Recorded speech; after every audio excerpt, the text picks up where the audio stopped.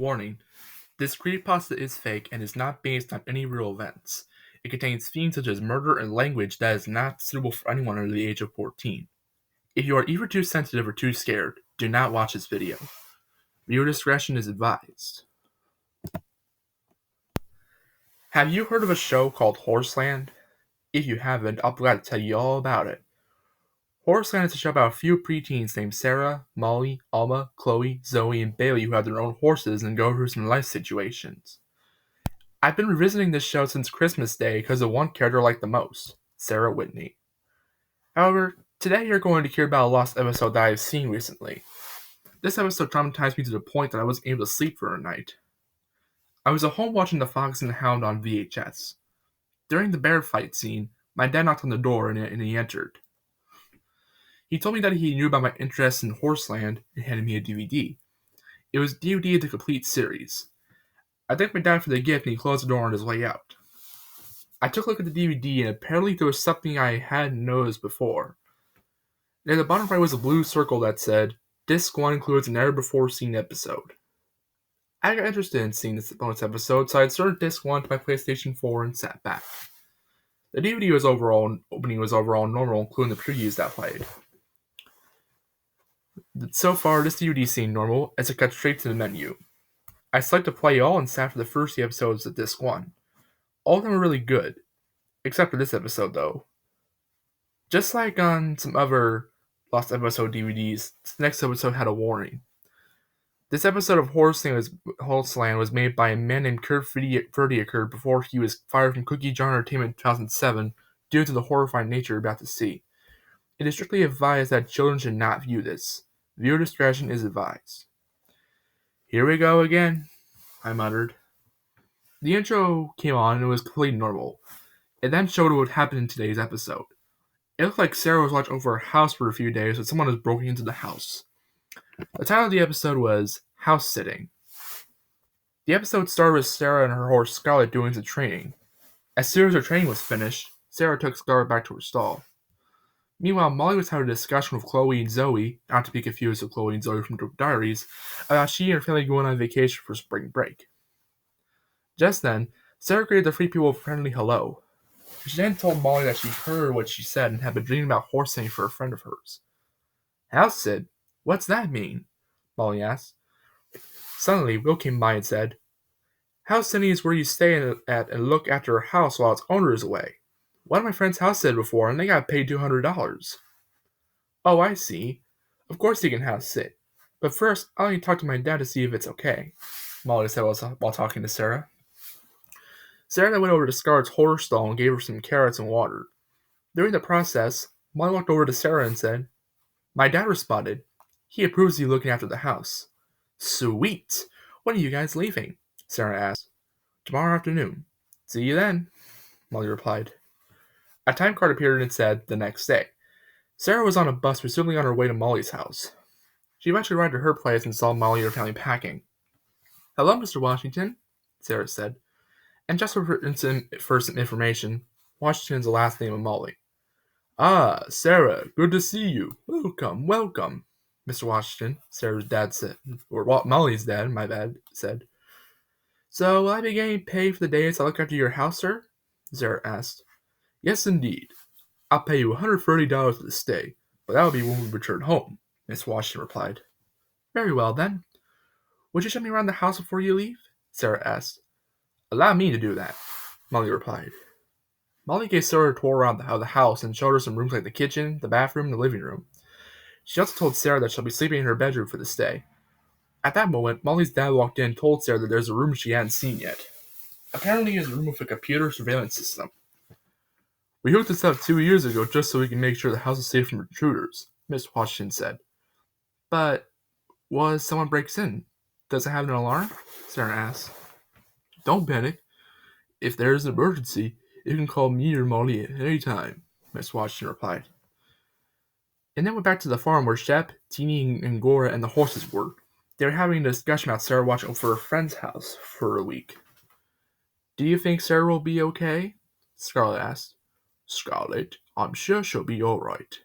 Overall, it's just 1 week and everything will be normal again, Shep said. After their conversation, it cut back to Sarah, who was watching some TV in the living room. Apparently something I noticed was that it was dark outside, meaning that night had come.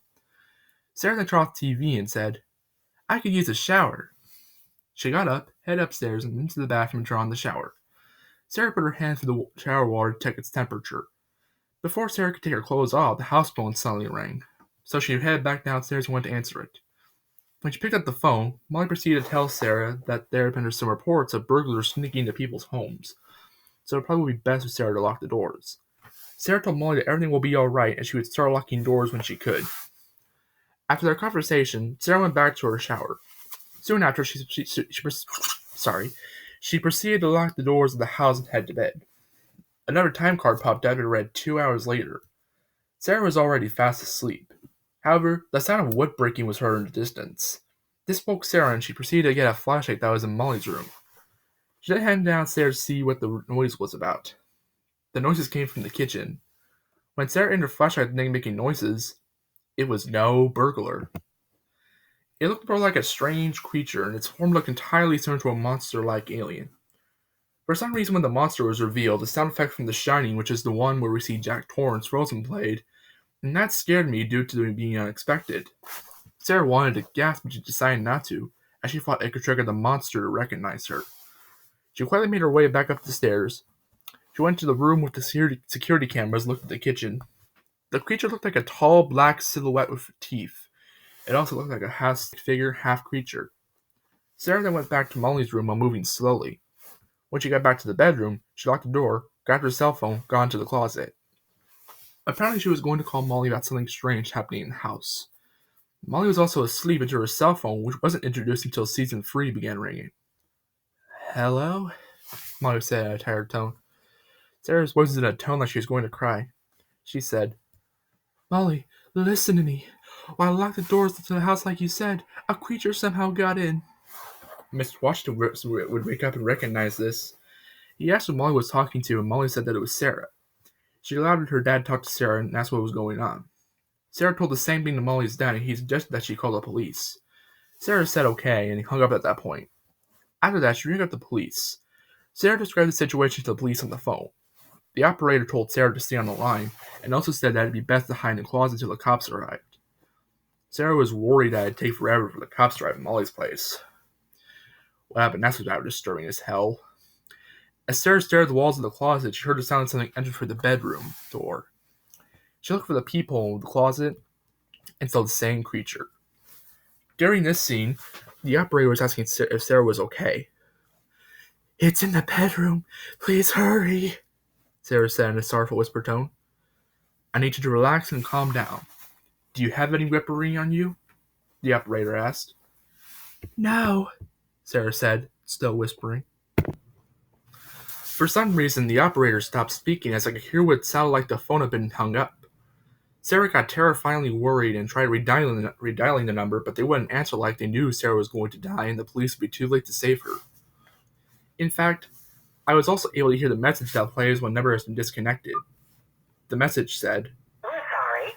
You have reached a number that has been disconnected or is no longer in service. If you feel you have reached this recording in error, please check the number and try your call again." Just then, the creature knew what Sarah was making and ran automatically to the closet door. It then showed a POV as Sarah trying to get away from the creature. Hold on. She eventually got out of the room by smacking the creature on the eye. Before Sarah reached the stairs, she suddenly fell down on the floor. One thing for sure, the creature would catch up to Sarah and kill her. And I was right. The creature came out of Molly's room and began to run towards Sarah. Looking at the creature closely, its arms and legs are almost similar to Mr. Game & Watch. The monster was making a demonic roar while approaching her. The screen cut to black with Sarah screaming in agony as she got struck by the creature. There was also the sound of bones being broken off, blood splattering, and flesh being ripped out. I was shocked by this scene, knowing that Sarah would never be saved. It seemed like just about 7 seconds before showing Horseland again during the daytime. Chloe and Zoe were having a discussion about how their spring break is going during their time at Horseland. "Guys, quick! There's something on the news! Hurry!" Bailey shouted. Alma, Chloe, Zoe, and Will went over to the house to see what was going on. On the TV, a news reporter said, We are currently receiving word that a mysterious creature broke into the Washington residence last night and murdered 12-year-old Sarah Whitney, who was proclaimed by Molly Washington to be house-sitting. We'll have more information on this shortly. Alma gasped when she heard that Sarah had been murdered. Oh no, this is terrible, Alma said in a sorrowful tone. Do you think maybe she got taken to the hospital? Will asked. Unfortunately, no, Molly said, walking in. The creature ate her up like a turkey on Thanksgiving or Christmas. Meanwhile, it showed the barn where the horses and the other animals looked rather sad. I really am going to miss Sarah, Scarlett said. Me too. I think house sitting at night isn't what people should do, Jeannie said. Before the episode ended, it zoomed out of the barn as I could hear Shep say a quote that was actually from Stephen King. He said, Monsters are real, and ghosts are real too. They live inside us, and sometimes they win. Or do they? Scarlett said, before the screen cut to black. It then cut to the credits, but with a big change.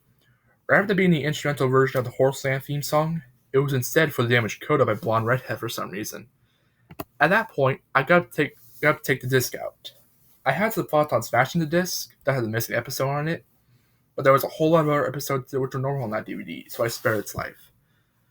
Later that night, I couldn't sleep, which was hard to do. So I got on my laptop and wrote an email to the series creator, Andy Hayward, about what I had just witnessed. The next day, I got a response from which said that Key 30 occurred in the episode after he lost one of his friends due to a house-sitting incident a long time ago. I did eventually get some sleep the next night, but I was having some nightmares about being with Sarah Whitney and getting killed by the creature. I still enjoy Horseland to this day, and always will. Just note that it's best to stay away from lost episodes. The end.